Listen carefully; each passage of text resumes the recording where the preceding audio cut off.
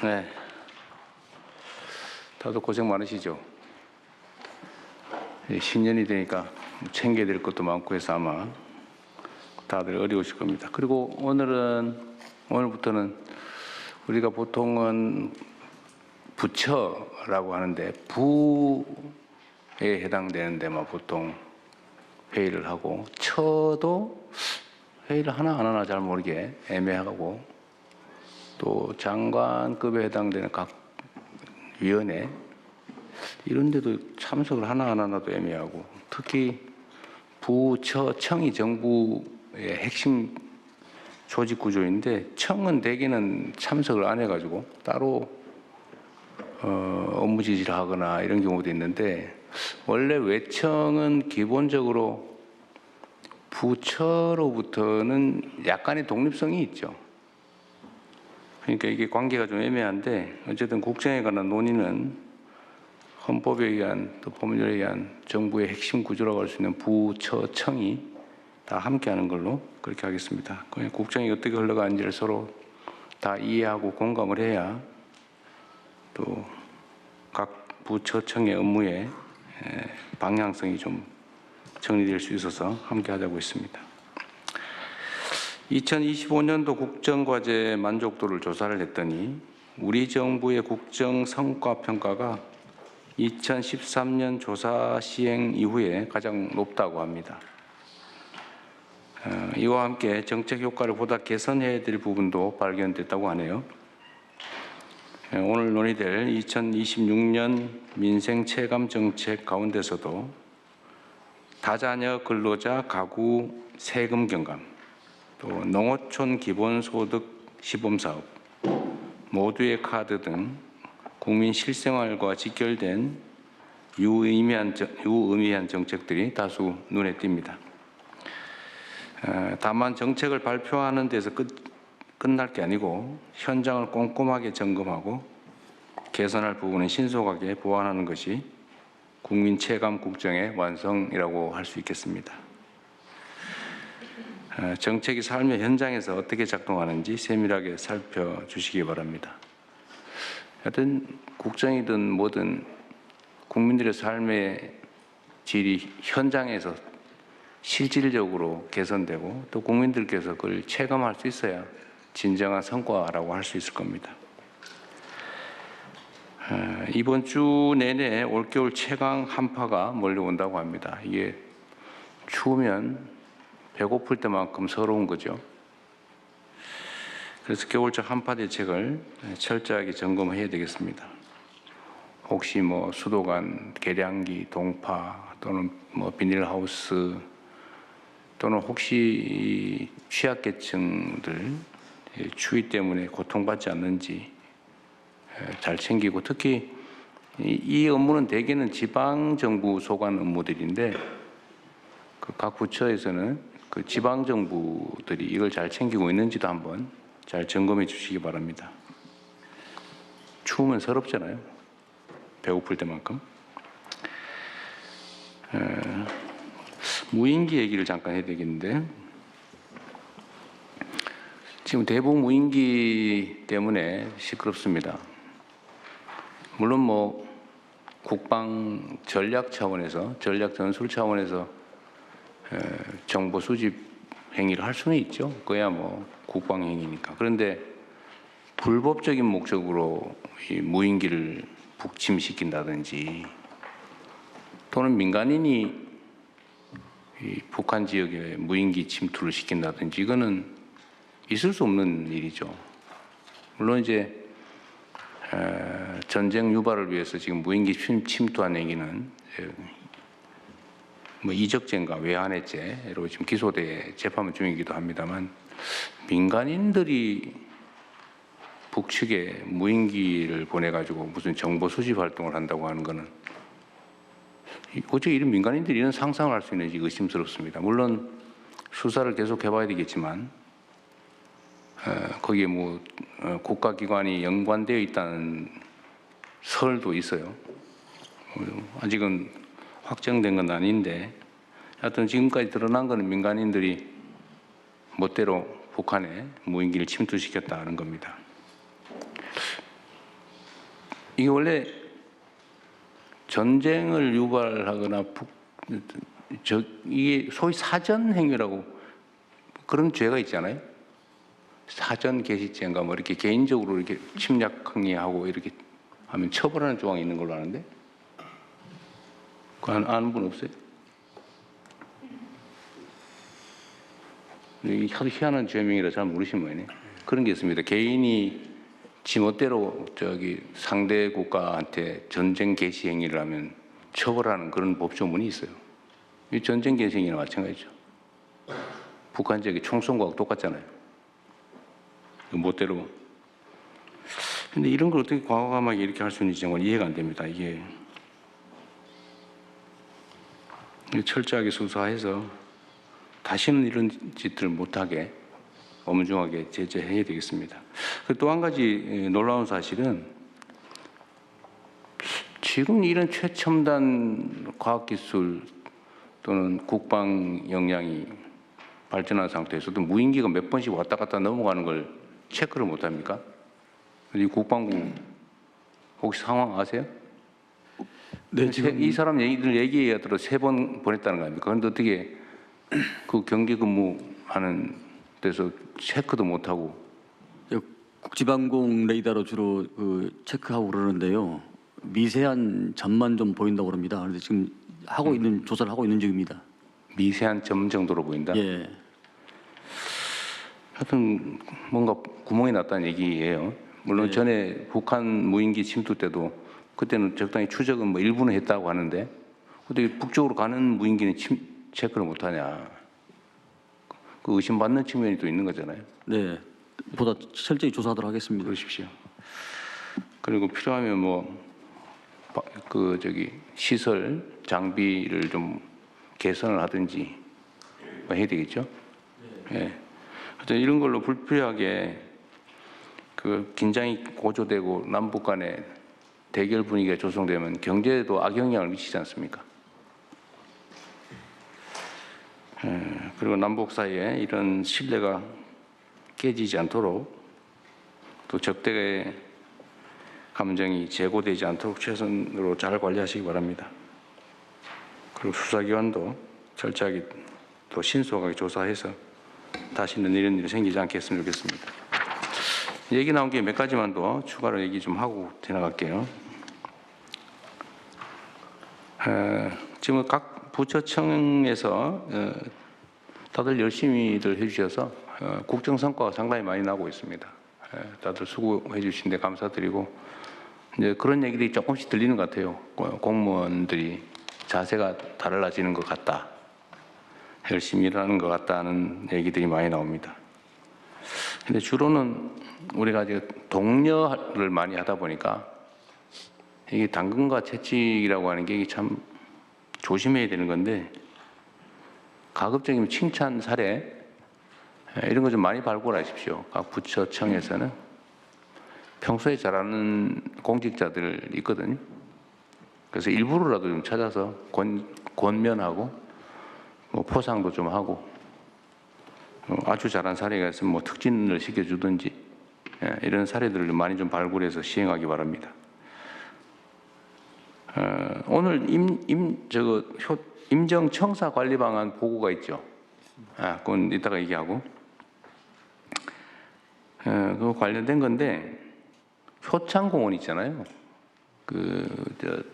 김구 선생부터 많이 모셔 있는데 그 효창공원하고 효창운동장 그게 원래 옛날에 다 공원이었잖아요, 그죠? 네, 맞습니다. 근데 효창공원을 지금 얼마나 쓰는지 잘 모르겠는데 그 포함해서 좀 국립공원화하는 방안을 네. 좀 광고를 한번 해보시죠. 네, 알겠습니다. 거기 제가 가끔씩 가보는데 너무 음침해요. 좀 깨끗하게 많은 국민들이 쉽게 접근할 수 있게 즐거운 마음으로 방문할 수 있게 국립공원화하는 방법을 좀 연구해 주시기 바랍니다. 네, 지금 그 점은 이 19년도에 서울시하고 본부하고 협약까지 체결했었는데 그 뒤에 시장이 바뀌면서 더 추진을 못하고 있는데 아마 저희들 계획은 다 세워놓고 6월 지방선거 끝나고 난 다음에 다시 네. 공식적으로 추진할 계획입니다. 예, 어쨌든 그거는 뭐 저는 그런 정치 상황들 영향이 없지는 않겠지만 뭐 그것 때문에 못하는 일은 생기지 않게 하십시오. 그리고 오늘 방통위원장 오셨나요? 예, 참석했습니다. 아, 거기 계시군요. 그냥 참고로 이 의견이니까 그 예를 들면 우리가 언론이라고 하는 게 제가 의견을 하나 듣고 싶은데 예를 들면 인터넷 매체라든지 또는 뭐 종이 신문 이런 거는 아무나 자기 돈으로 막 할 수 있잖아요, 그죠? 네, 그렇습니다. 자유롭게. 예, 거기는 뭐 특별한 혜택을 주어지는 건 아닌데 공중파라든지 또는 채널이라든지 소위 종편 뭐 그 외에 어쨌든 이거는 소위 허가제도라서 진입을 제한해서 특혜를 주는 거잖아요. 다른 사람 못하게 하고 다른 기업들은 못하게 하고 특정 기업 몇 개만 이용할 수 있게 해주는 거예요. 일종의 특권, 특허라 그러죠. 특허. 거기에 해당되지 않습니까? 예, 특별한 혜택을 주는 거죠. 다른 사람 못하게. 예, 그래서 그 방송의 자유의 경우는 신문의 자유와 구별해서 그렇습니다. 제도화된 기본권으로 이해하고 있습니다. 아, 네네. 뭐 어쨌든 뭐 그런 게 있을 것 같아요. 그래서 여기는 그래도 최소한의 공정성이라든지 공익성이라든지 이런 의무가 있는 거죠. 예, 방송법 등의 그 공적 책임의 의무가 있습니다. 네. 그런데 제가 이거 어디라고 얘기는 안 하겠는데 예를 들면 이런 게 있습니다. 보통 이제 우리가 수사를 해서 기소를 해서 재판을 하잖아요. 근데 최종 판단 권한은 법원이 갖는 거고 그래서 수사를 했는데 예를 들면 기소를 해서 재판을 했더니 이거 무리한 잘못된 기소다. 그래서 무죄가 난다든지 공소기각을 한다든지 이러면 보통은 법원의 판결을 존중하고 야, 이 기소가 무리했다든지 또 수사가 과했다든지 보통 이렇게 판단하잖아요. 그런데 특정한 사안의 경우는 무조건 검찰 편을 들어요. 법원이 판결을 했는데 법원 판결이 아니라 이거 잘못됐다고 쉽게 말해서 항소해야 된다고 기소가 잘 된 건데 법원이 잘못했다고 이런 식으로 비판을 하는데 비판을 할 수는 있죠. 근데 통상적으로 보면 왜 항소 안 하냐 법원이 뭐 잘못했다 검찰이 잘했는데 이런 취지의 뉘앙스는 꼭 정치적인 사건만 그럽니다. 그것도 특정 정치 영역 쪽에 대해서만. 이거 중립성이나 공익성에 문제 없어요? 예, 뭐 그 언론의 방향에 대한 부분들에 대해서는 저희들이 국가가 뭐 중립성 이런 부분들을 일률적으로 판단하는 것에 대해서는 좀 제어하는 것이 제약이 있는 것으로 이해를 하고 있어서 저희들이 내용 규제와 관련되어져서는 특히 방송의 경우에는 심의위원회라는 민간 독립기구를 두어서 하게 하는 그런 특별한 체제를 두고 있는 이유가 거기에 있습니다. 그러니까 이게 무한대로 이렇게 허용되는 건 아닌 게 맞다 이 말이죠, 제 말은. 물론 그걸 어떻게 예를 들면 심사하고 제재할 것인지는 최대한 중립적으로 해야 또 민간 기구에 맡기든지 하든지 위원회에 맡기든지 하는 건 당연한데 하여튼 이런 것에 대한 문제 의식은 우리가 가져야 된다 그 말이에요. 헌법적으로 그 표현의 자유도 절대적 자유가 아니고 국가안전보장 질서유지 공공복리를 위해서 법률이 정하는 바에 의해서 제한될 수 있는 자유입니다. 그래서 이런 부분들이 예를 들면 아니 뭐 내가 인터넷 언론 만들어가 내 마음대로 쓸래 뭐 그거야 표현의 자유로 100% 보장해야 되겠지만 내용에 대한 얘기를 하면 안 되겠지만 최소한 공중파라든지 이런 특혜를 받는 영역은 중립성과 공정성, 공익성이라고 하는 것을 반드시 지켜야 된다.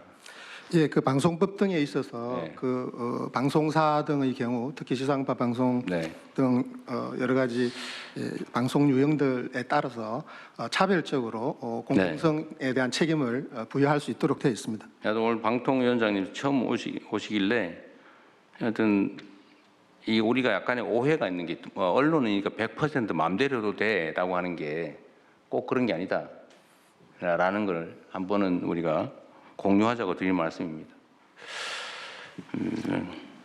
그 다음에 다른 얘기인데 얼마 전에 이게 이 국격에 관한 문제인데요.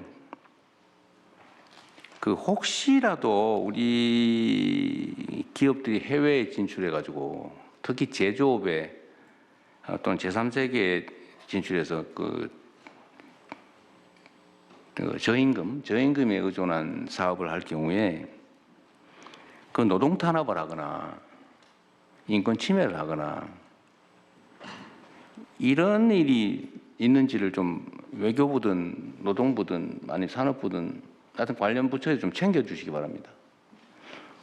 우리도 한때 그 경험을 했는데 그 외국 기업들이 국내에 들어와서 막 노동 탄압하고 막 부당 해고하고 법원이 뭐 복직 판결에도 안 지키고 막 철수해버리고 다른 회사 만들어서 일감 옮기고 이런 거 많이 겪어봤잖아요. 근데 우리 기업들이 혹시 나가서 그런 거 안 하나 좀 잘 챙겨보기 바랍니다. 제가 얼마 전에 기사를 하나 봐서 그래요. 이게 부당 어디 저기 동남아시아 어디 국가던데 부당 캄보디아였어요? 부당 노동 행위로 뭐 부당 해고로 복직 판결을 받았는데 안 지킨다고 시끄럽다 이런 기사를 봤는데 다행히 뭐 그게 우리 기업은 아니고 개인이 한 일이고 전에 하던 인수 이전에 있던 일이었다 뭐 그런 취지이긴 하던데 사실 인수 이전이라도 책임져야 되는 거예요.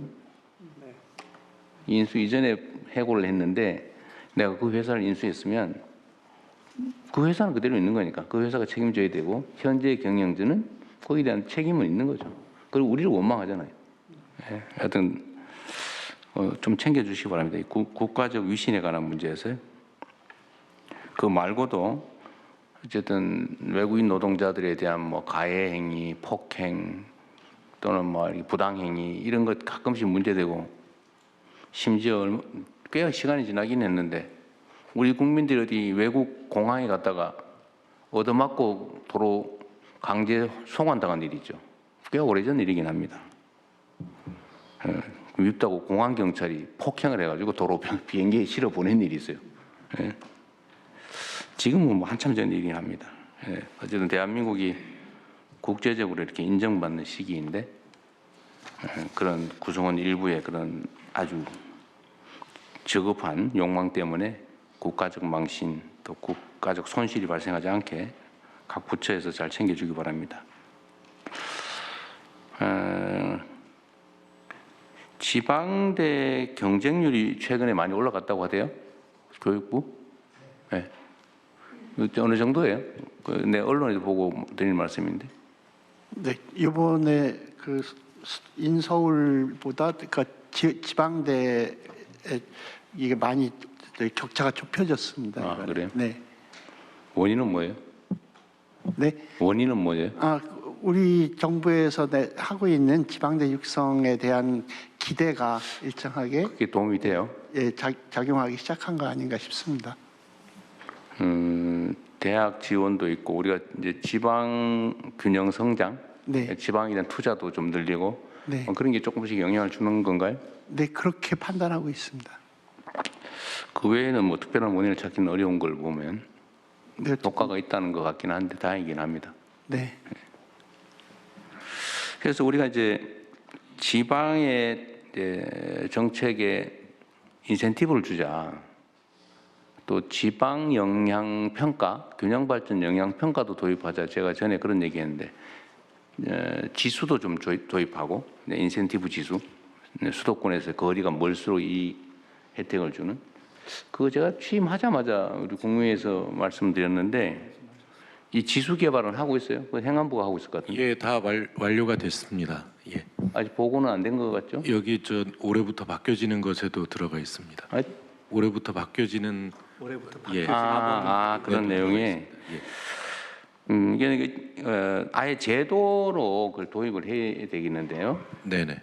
그런데 얼마 전에 아동 수당을 우리가 이제 지방은 또 수도권하고 거리에 따라서 차등해서 더 많이 주자.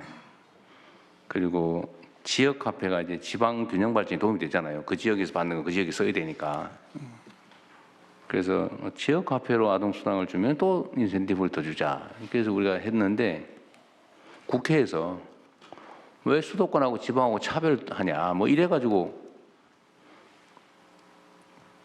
똑같이 주는 걸로 법안이 뭐 법사 소위를 통과했다든가 뭐 그런 기사를 봐서 제가 지금 국회에다 부탁을 내놨는데 그러지 마시라고. 이거 아직도 이해 못하는 경우가 많이 있는 것 같아요. 네. 저기 아동 수당에 대해서는 아니지만 지역 화폐에 대해서는 특히 지방에 대해서 더 할인을 더 해주고요. 네. 그리고 인구 감소 지역에 대해서는 또 또 더 추가로 더 지원하고. 그러니까 이걸 아직 이해를 못하는 네. 이게 지금 아마 복지위가 복지위에서 이제 복지부 장관입니다. 네네. 네, 아동수당은 이제 수도권은 10,000원, 그러니까 10만 원 지원을 하고 비수도권과 인구 취약 지역은 5,000원에서 2만 원을 추가로 지원하는 것은 확정이 되었습니다. 아 그거는 뭐 다투다가 네. 통과는 됐어요. 네, 근데 다만 지역 화폐로 했을 때 추가로 더 돈을 지원하는 그 부분이 현재 상임위에서는 반영되지는 않았습니다. 하여튼 그것도 좀 이해 부족 때문에 생긴 일인 것 같은데 잘 설명하도록 하십시오. 현재 계속 협의 중입니다. 네. 하여튼 세제든 요금이든 뭐든 이 지방이 균형 발전해야 지방에서도 살 수 있을 정도가 돼야 이게 나라가 정상화되지. 지금처럼 수도권으로 계속 집중되면 이게 앞으로 정말 큰일 납니다. 그래서 각 부처청이 모든 행정을 할 때, 모든 국정을 할 때 하여튼 지방에 인센티브를 준다. 혜택을 준다. 더 많이 배려한다. 이거를 아주 기본으로 장착을 해 주시기 바랍니다. 그리고 지금 농어촌 기본소득 이것도 사실은 이제 지방 균형 발전 정책인데 지금 인구들이 상당히 많이 늘어났다고 해요. 해당되는 데는. 근데 분석을 좀 해서 보고를 좀 해주면 좋겠어요. 예, 그렇게 하겠습니다. 근데 일부의 옆 동네에서 다 이사 오지 않았냐? 예? 제로섬 게임이다 말이 주장을 하는데 예, 뭐 그것도 있겠죠. 예, 그런 그것도 경우도 있겠지만 있습니다. 도심에서